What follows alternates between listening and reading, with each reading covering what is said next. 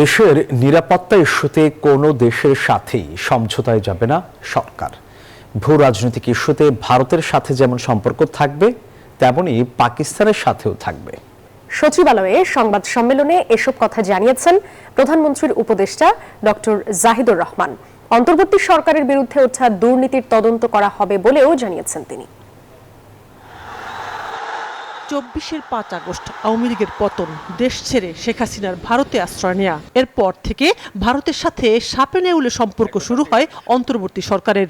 যদিও প্রতিবেশী দেশটির সাথে বাংলাদেশের অর্থনৈতিক বাণিজ্যিক সম্পর্ক উল্লেখযোগ্য, বিএনপি সরকার গঠনের পর ভারতের সাথে সম্পর্কের এই টানাপোড়েন কমতে শুরু করেছে। ভূরাজনৈতিক ইস্যুতে সরকারের পরিকল্পনা কি? সেক্ষেত্রে মুক্তিযুদ্ধের বিরোধিতাকারী দেশ পাকিস্তানের সাথে সম্পর্ক কেমন হবে? এমন প্রশ্ন ছিল প্রধানমন্ত্রীর উপদেষ্টা ডক্টর জাহিদুর রহমানের কাছে, যিনি সরকারের নীতি কৌশল, তথ্য সম্প্রচার ও সংস্কৃতি বিষয় দেখছেন। সচিবালয়ে সমসাময়িক বিষয় সংবাদ সম্মেলন করেন তিনি।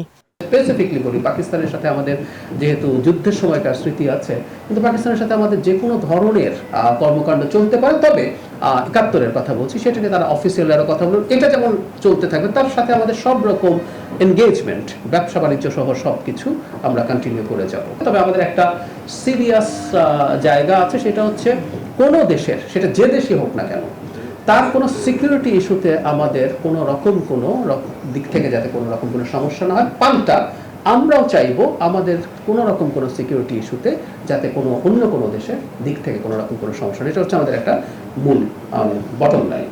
এক প্রশ্নের জবাবে জাহিদুর রহমান বলেন, অন্তর্বর্তী সরকারের বিরুদ্ধে ওঠা দুর্নীতির অভিযোগ তদন্ত করা হবে। পুনর্গঠন হচ্ছে দুদক। দুদক এখনো পুনর্গঠিত হয়নি।